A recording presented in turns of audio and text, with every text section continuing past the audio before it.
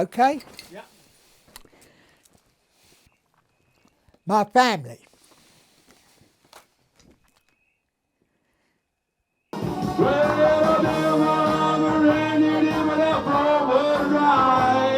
But you never cared about me, now I say goodbye. Oh, darling,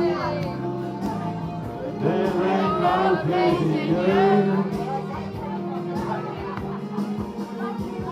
You seem to think that everything I did was wrong. I should have known it all along. Oh, darling, sing up. There ain't no place in you.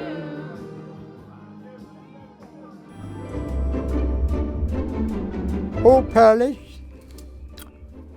all work from the heart. Our horse and cart we had, all lined up in line level like my dear boy, my grandfather, my mum there, my brother there. Two of my daughters, and the little one, she's about 4 I think. She's a good Pearly, a lovely princess. Another one of my granddaughters. And then in here is my grandfather. Takes pride of place. All right, China? Enough respect, Nice enough to respect. see you. All right. Bless you. All right, mate. Good day, sir. Yeah. How are you? Hello, Dax. All right. All right. Bless you. Merry Christmas and Happy New Year.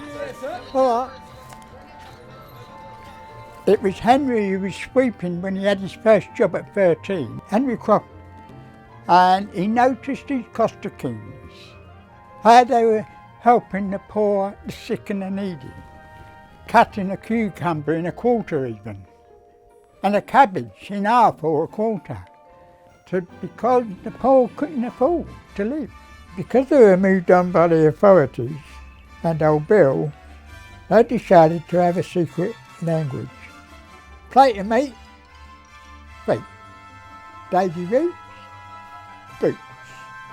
North and south, mouth. I suppose, nose. The last bit rhymes. Remember that the shops discourage the working people, discouraged them because of the way they were dressed in such a poor way. These were children who wouldn't go in a workhouse or in an orphanage. They lived rough on the streets, as you see, cuddled up together for warmth.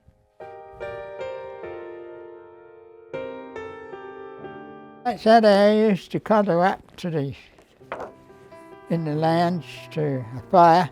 And that was a shared kitchen. You could have in big houses, you could have 5 or 6 families living in there, all sharing that same kitchen. No shoes.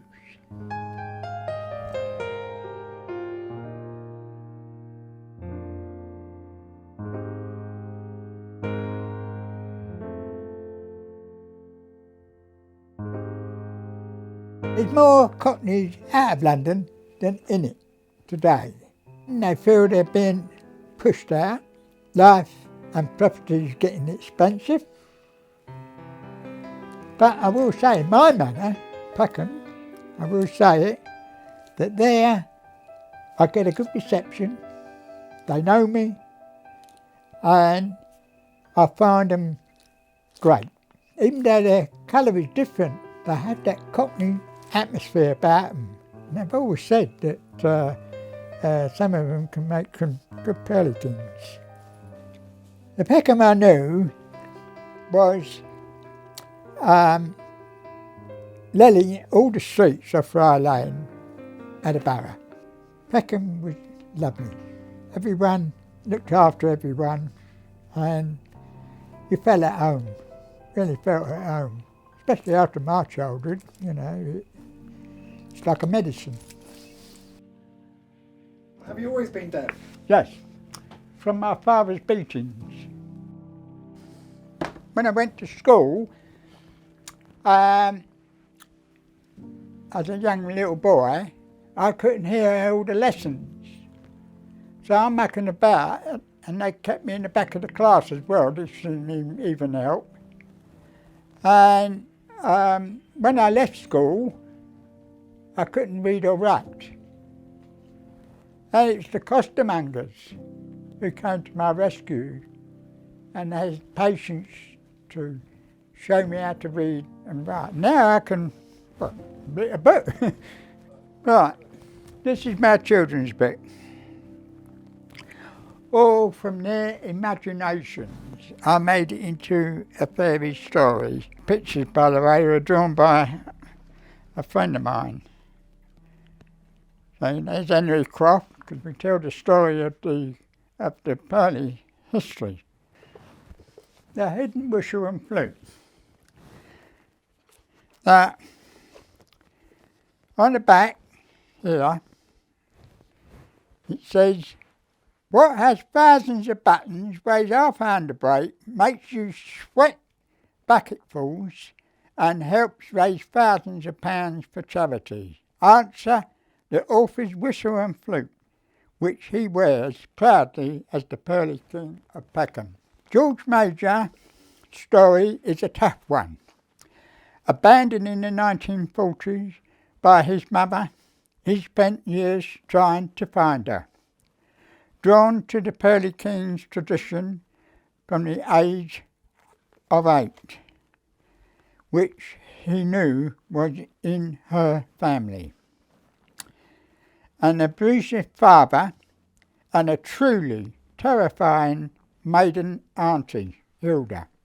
Norman Wisdom, my mate, he done the forward on it. He did, Norman. Had it rough. My father had a sister who was my maiden aunt, and her name was Hilda. And she hated boys, hated men. I can understand why. She'd been jilted very badly in early life. But she brought it out on me, that hatred. And she used to tell my dad that I've done this and done that during the day, which I hadn't.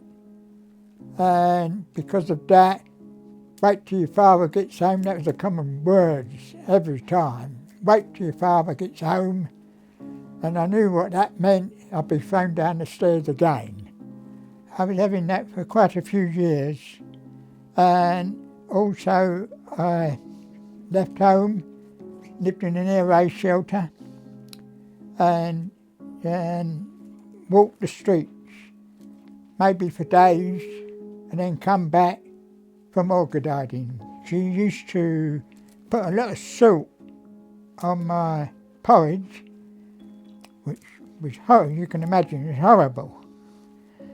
And then make me eat it, and as I ate it, I vomit, and she'd make me eat that as well.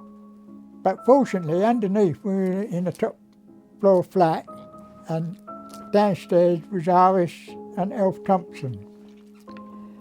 And both of them were angels and knew what I was going through, and secretly used to sneak me in the back door through the back garden and give me cuddles and to reassure me. If they had known by Aunt Hilda upstairs, all hell would be let loose. My mother left us when we was young kids because her herself was beaten by my father. And the first result of that beating was my sister Violet. While she was pregnant, father used to knock her about and damage the baby. And it was only when, through my neighbour downstairs, it was her who found out where my mother was. She was in Peckham. And also I found out that I had a sister, which I never knew at the time. I was only 7. And her husband, Alfred Thompson, took me to Tooting Asylum, where my sister was. And I see the patients there, some running round the corridors with an hammer.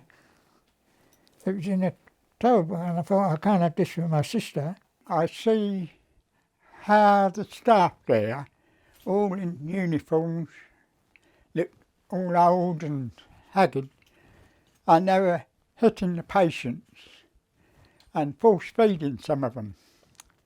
And I was going round as a 7-year-old and they're kicking the nurses and saying, look, don't do that, don't do that. It was at that time at 7 also that Auntie Iris discovered that my mother comes from the Pearly tradition. And she made me my first Pearly suit. Well, that's heavy. And I mean heavy. And do you only have one? No.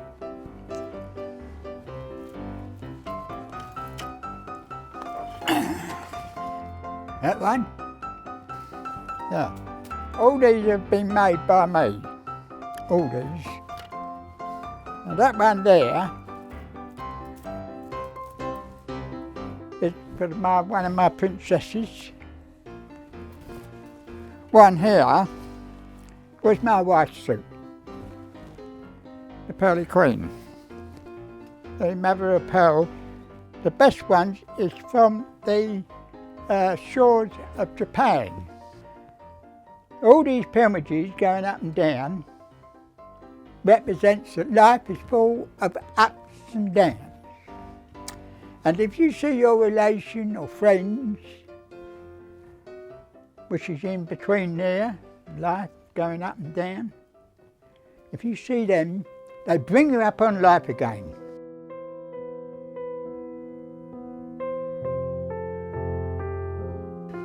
That's my wife, Ashes. Oh, is it? Yeah. Tell me about your wife. Oh, she was a lovely queen. There she is, up there. She was a wonderful wife, second to none, and I still miss her to this day. How did you both meet? Oh, in Peckham years ago, when our friends had a girlfriend and then they packed them up, we used to be offered the girlfriend. And there was one I was offered, but she was living in South Norwood. Knocked on the door to take her out, obviously. You know, I'd never seen her before. But I knocked on the wrong door. And it was my wife's door I knocked on. I was chatting her up, you know. She said, but that ain't me who you're asking for. So I said, well, look, I don't want to waste my time. How about me taking you out? When I lost my wife,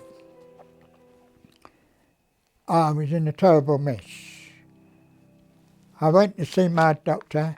My daughter took me round to her and explained, you know, Dad's in a right mess. And I was in a mess. And because it was so sudden, she's never been ill in all her life. And I'd only seen her, before she died, I'd only seen her 3 minutes before. When I walked in the kitchen, she was on the floor. And I'm on the no, and I couldn't hear what they were saying, which made it even worse. And I was swearing down the line, look, I'm deaf, I can't hear you. My wife is on the floor. The ambulance eventually came after I rang my daughter and asked her to come down, because my daughter, fortunately, lives around the corner. She was there in 2 shots. And what they were trying to say to me is getting her in a recovery position. I found that out after. And then they took me and my son in an ambulance. The ambulance driver kept on tapping me and saying, you'll be all right, you'll be all right, you'll be all right. But he knew he knew, they all knew that just her heart was moving. And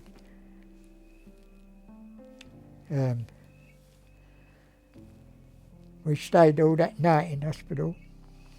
All this was building up on me and getting really upset. And then they said, the burn is gone. And they asked me if they can switch off the heart machine. And I said yes. And she died in my arms. I pointed out on Facebook, where I've got over 2,000 friends, that I've lost my wife. And I got hundreds and hundreds of messages of support. And mostly, which surprised me, they said, wear your suit, George. That's what you're made for. So I did. That was my wife's side. And I put that there because my wife always had that by her side. So, and when I wake up every morning, I often feel that she's still there. I'm a tough guy. And, you know, like all my Facebook friends say, I've got thousands, hundreds of them, thousands. And like they all say, you know, that keep going, George. And I'll do what they tell me. I'll keep going. Yeah. My family's still does the Pearlies. Not as much, because they have a hard-working life. Where now I'm retired, so I'm more free. But you can't force this tradition on anybody. They all know our tradition. They could sit here and tell you about our tradition. And I used to tell them and teach them that when you're in your Pearlies, if anyone gives you beads and honey in your hand, you put it in a charity tin. And when you're in your civvy clothes and someone gives you beads and honey, you can go and buy your sweets. That, I brought them up on that standing. You'll find them all there in the land of folk. Everything's free and easy. I do as you damn well please me. Why don't you make your way there? Go there, stay there. Once you get down Lambeth Way, any little evening, any day, you'll find them all. They're in the Lambeth Walk, rolling, just rolling, by the light of the moon. I love envy and the rich in their automobile. When a motor car is towing, I'd rather have a good old when I'm strolling, just strolling.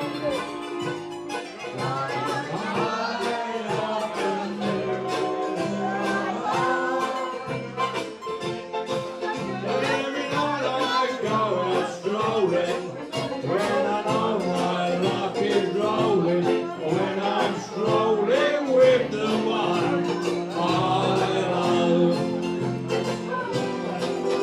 Oh, we ain't got a barrel of money, maybe we're ragged and funny, but it was having alone, singing a song, side by side. Oh, we don't know what's coming tomorrow, maybe it's trouble and sorrow, but it was having What we've been having over since the late 1970s, we have had what I call, or what us Pearlies call, cowboys. They want to jump on the bandwagon. They see us on TV, they see us in the papers, they see so much about us and hear of what we are. They hear that the Pearlies are the salt of the earth, and they want to be part of that salt. And it don't come from the heart. If it came from the heart, I'd be with them 100% and more. But unfortunately, we've got more cowboys out there on the road now than what we've got real, genuine Pearlies that still carry it on, like myself. The way I see it, from experience, I see that they're going to get us a big name, and I don't want that. That's one thing I don't want. When I was 15, mixing around with all the old Pearlies and seeing others drop off, dying, I could see the numbers shrinking, and I felt at 15, can't allow this. This is an important history. Not only is it part of my family's history, but it's also part of our history, Cockney London. We can't lose it. So I had this ambition that I could have a museum, Cockney Museum, that could recreate our history in the Cockney style, Cockney feelings and Cockney makeup, and bring it alive so that when I kick the bucket, it carries on.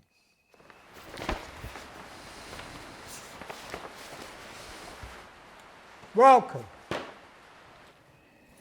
So from that day on, from the age of 15, I started to collect certain items that would create a museum. Here, I used to pull that out. Right along here is the 2 ups and 2 downs, the way they were, and all this road is going to be called Property Street, because that's what we're going to take the people to see first. Just how they live. Everything you see now will be brickwork. Whatever is pink is brick. This is not a 5-minute wonder. This is a 61-year dream, and over them 61 years I've brought or been given certain things that you'll come across. There's a lot more going in here yet. Remember, you're walking on cobblestone.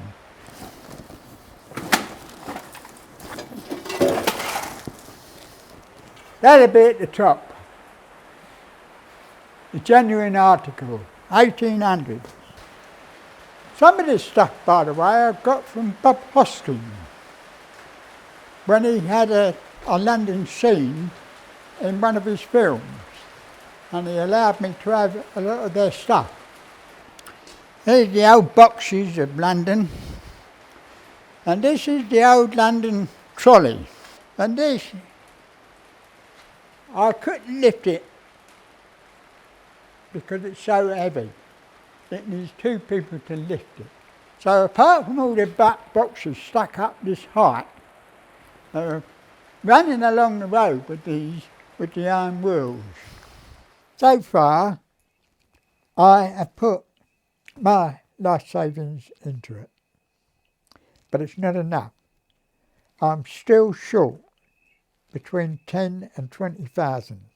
It will be Cockney. It will be the best Cockney museum in the world that the world will want to come and see. So that's what I need. With that, I can do so much for charity, which I was born to do. Look away, look away, look away, kick your chair. Oh, I wish I was in Dixie, away, away, in Dixieland. I think to live and die in Dixie. Come on, 'cause Dixieland, that's where I was born. And love will force me more. Look away, look away, look away.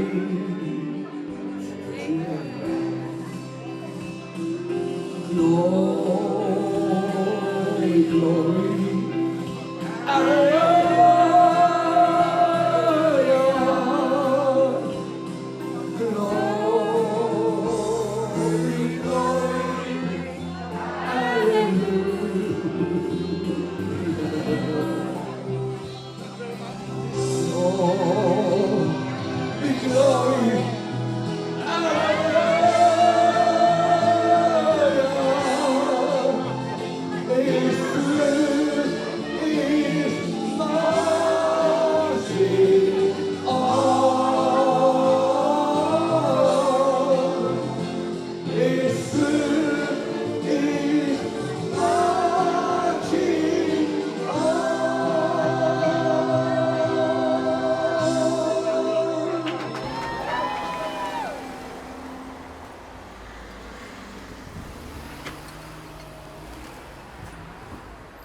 All right, mate. How are you, alright? All right.